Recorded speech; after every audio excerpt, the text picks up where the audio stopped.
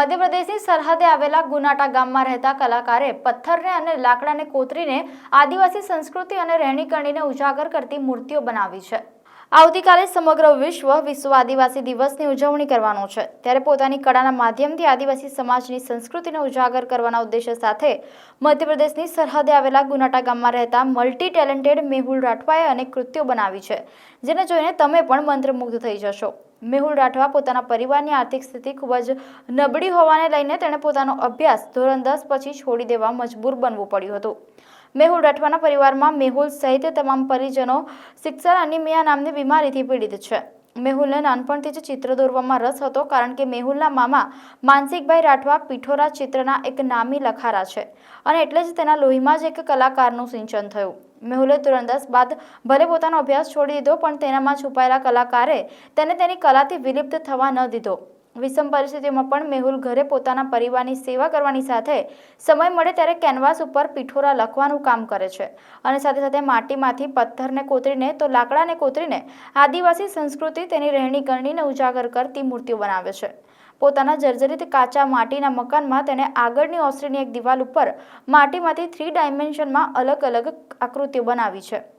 વર્ષ 2020માં તેણે પોતાના ગામની કોતરના કિનારે માટીમાંથી આદિવાસીઓના ભગવાન બિરસા મુંડાની આબેહૂબ વિશાળ આકૃતિ બનાવી હતી, જેને નિહાળવા તત્કાલીન જિલ્લા વિકાસ અધિકારી IAS મિહિર પટેલ પહોંચ્યા હતા અને મેહુલની કળાને બિરદાવી ઇનામ આપી પ્રોત્સાહિત કર્યો હતો। મારું નામ રાઠવા મેહુલભાઈ રેમાભાઈ, ગામ ગુનાટા, તાલુકો જિલ્લો છોટાઉદેપુર। હું નાનપણથી જ જ્યારે ભણતો હતો ત્યારથી જ મને ચિત્રોમાં રસ હતો।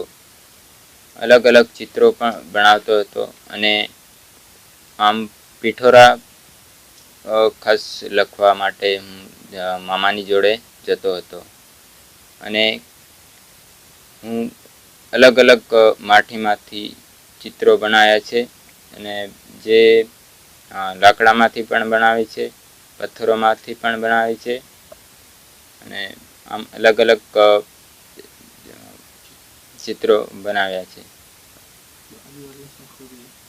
અમારે આદિવાસી સંસ્કૃતિ જળવાઈ રહે એવા ચિત્રો બનાવ્યા છે અને આવા ઘર ઘર સુધી પહોંચાડવાના મારા પ્રયત્નો છે। 2020માં DDO સાહેબે મને પ્રોત્સાહિત ઇનામ પણ આપ્યું હતું।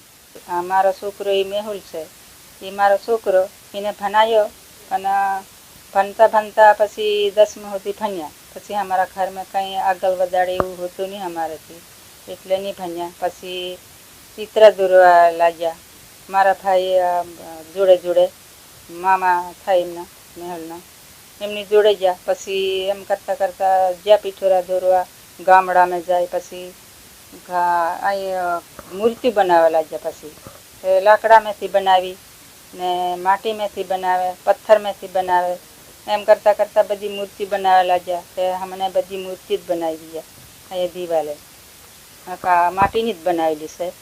તે પછી એટલે કંઈ અમારા ઘરમાં કંઈ ધંધો કરવાનું જેવું છે જ નહીં, આ બધા બીમાર છે, સ્ટીકલ છેડવાનું, એટલે અમારથી કાચું મકાન, પાકું મકાન હોઈ નહીં થતું। એટલે હવે આવું સરકાર કંઈ મદદ કરે તે સહાય મળે તે સારું, સારું ખુશી થાય એવું કરે તે પછી બીજું કંઈ થતું નહીં, એટલે એવું કરે જેને મનમાં આવે આવું મેં બનાવું, આવું બનાવું, એટલે એ બનાવે, એટલે જે બનાવે એ બનાવી દે। મારું નામ જીતેન્દ્રભાઈ પટેલ। આમ તો હું નવસારી જિલ્લાનો વતની છું, પણ છેલ્લા 9 વર્ષથી આ ગુનાટા ગામની અંદર એક શિક્ષક તરીકે ફરજ બજાવું છું।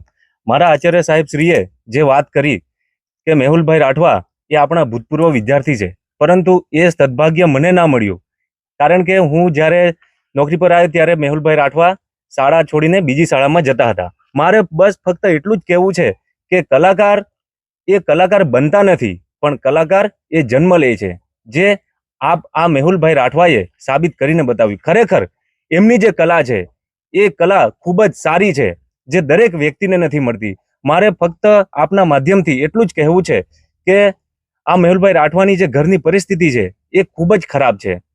આપ જણાવ્યું કે એમના ઘરના પરિવારમાં 5 સભ્યો છે અને દરેક સભ્યો સિકલ સેલથી બીમારી છે, સિકલ સેલની। તો એમનું ઘરનું જે ગુજરાન ચલાવવાવાળું કોઈ હાલમાં છે નહીં. તો મેહુલભાઈ રાઠવા એ જે પોતાની જે કારીગરી છે એ કારીગરીને આપ દ્વારા જો એને ઉજાગર કરવામાં આવે તો ખરેખર આ એક ગરીબ પરિવારને જીવનની રોજી રોટી માટેનું એક સાધન બની રહે એવું મને લાગે છે.